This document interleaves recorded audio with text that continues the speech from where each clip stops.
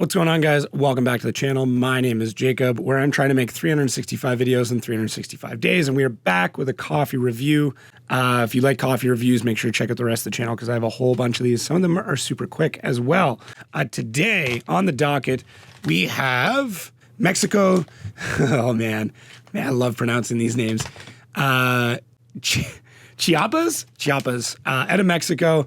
This is by one of my favorite roasters just outside of Windsor. They're in Kingsville, called Red Lantern Coffee Company. They bring in some really cool stuff. So some quick stats on this coffee. This is out of the Sierra Madre Oriental. Oh man, my pronunciation. The producer is the UCANOCH Cooperative. This is a wash coffee, anywhere from 1,250 meters to 1,600 meters. It is a blend of Caturra, Typica, and Bourbon. This is certified organic, though, which is fantastic. Love to see that.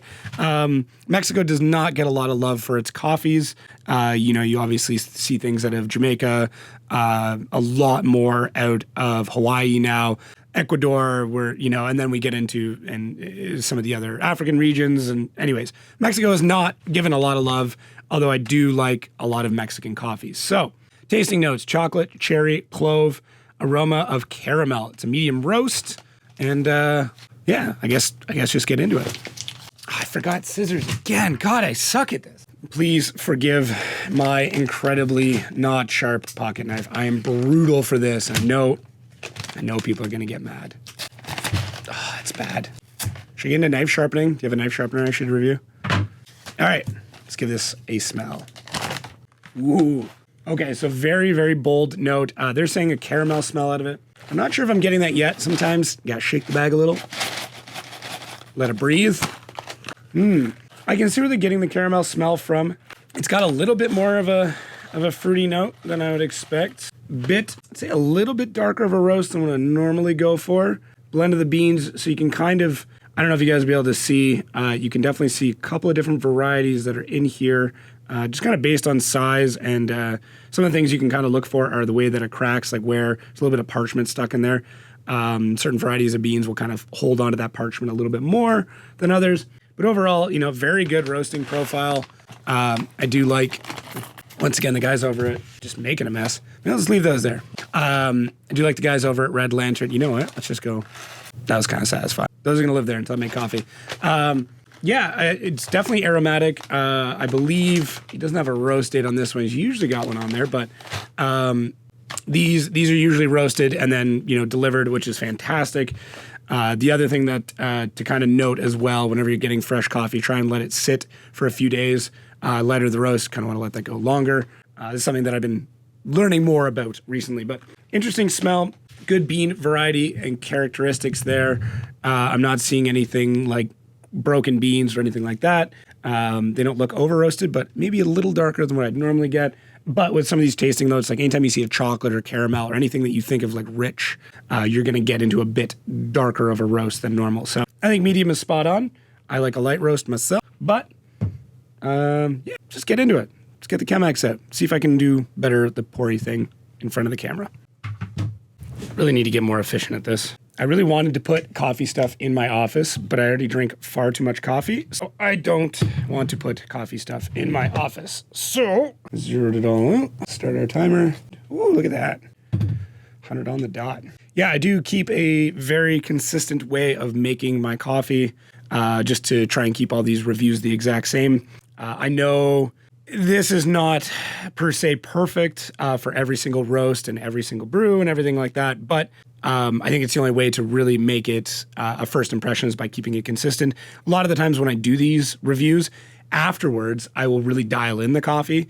And then, if I make a few Chemexes or a few different, like AeroPress, another thing that I use a lot, I'll slowly dial in the coffee. And it's unfortunate. I forgot the bag. Okay, maybe while this brews, I'll go get the bag. But unfortunately, it's a lot of like at the end when I'm like done the entire pound of coffee, that's when I've really got it dialed in. It's like that last cup is usually spot on. And then I don't have any left. Oh, that part kind of. All right, I'm gonna go get the bag. This is not my best pour ever, but lots of foam on that. It's definitely fresh. Oh, this table is a hot mess already. All right, I don't know where to put this. Right there. Give her a second pour. I know someone's gonna comment on my pouring technique. I'm always curious if some real coffee fan. If you're really, really into coffee, like, I mean, like James Hoffman is your god. I mean, even I'm sure there's people above that who like argue with that guy too. All right, now we wait. We'll talk about these glasses. I've kind of recently switched over to these Bodum glasses, these double wall glass ones. I find they actually hold the heat better than a mug, which really sucks because I love my mug, made by a guy named James Bullock in Gravenhurst. But these are fantastic because they don't sweat. They've also got like a little plug thing on the bottom. I don't know. There's a big card in the box that tells me all about it and shit. But they're really nice, and I got given them as a gift for Christmas. And I you know, when you're given a gift, you're kind of like, oh, I got to use it. And then I started using them. Like, actually, I really, really like these. So it's fantastic for coffee. I forgot a garbage again. I need to figure out a better system. It's only my second review that I'm doing it this style. Normally, I do everything upstairs. Bear with me. I should just get a garbage bag while I'm waiting. How's our time? 3 minutes, 44 seconds. We're going to be pretty close. I try to aim for about a 4 minute to maybe 4:30, 4.5 minutes for brew time. Found that works kind of the best. If you're looking, you already noticed like how dark this is. Once we pour it in the glass, you'll, especially if you compare it to some of the other reviews that I've done. 411, 412. Oh yeah, it's flat bed too. Man, actually turned out pretty good. Nice. That's what you want. No channeling. It's probably a bunch of people are just like, I just want a quick coffee review, and this is what you're doing. Okay, so I don't know if you can see, but definitely that medium roast.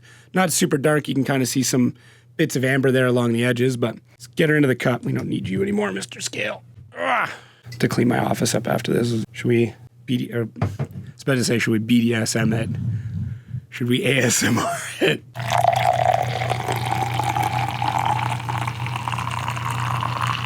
I'm just showing off now. All right. So, yeah, definitely a bit darker. I'll get it up closer to the light. So you can see a little bit of amber in there, but definitely generally more dark.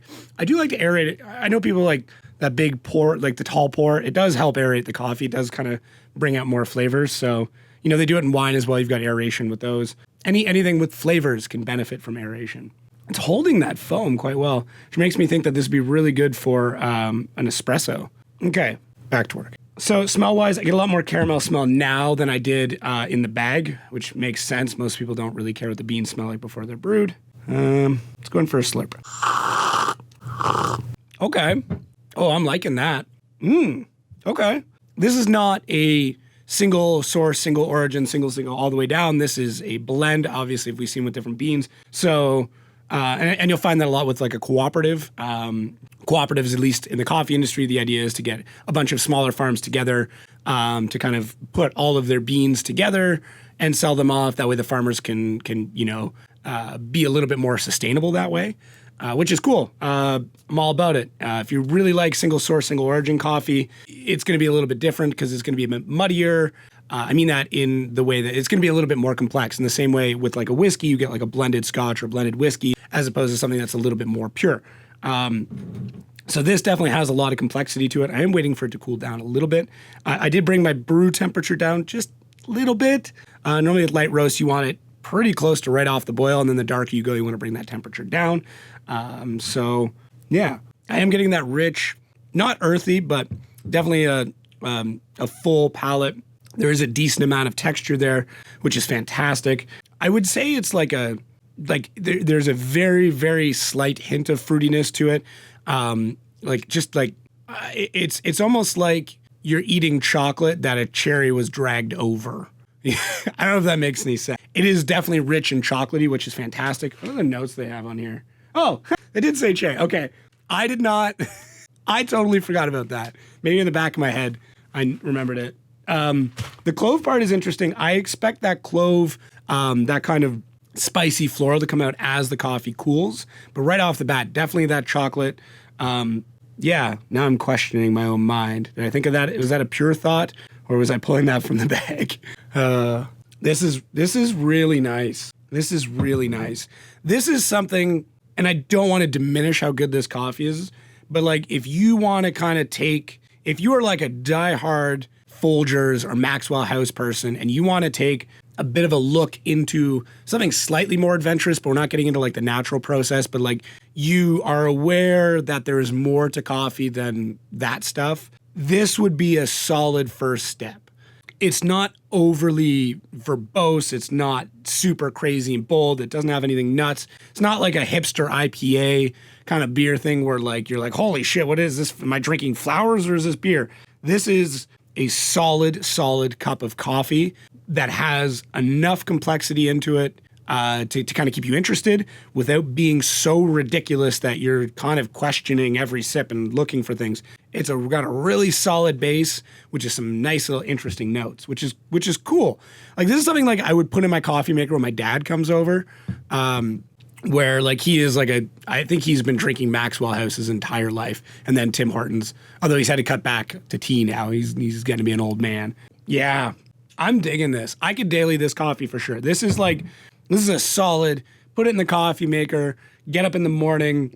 It's not going to attack your palate. It's going to ease you into the day, which is super cool. I wouldn't put this as like a dessert coffee, but this would be a really good base for other like cocktail coffees for sure.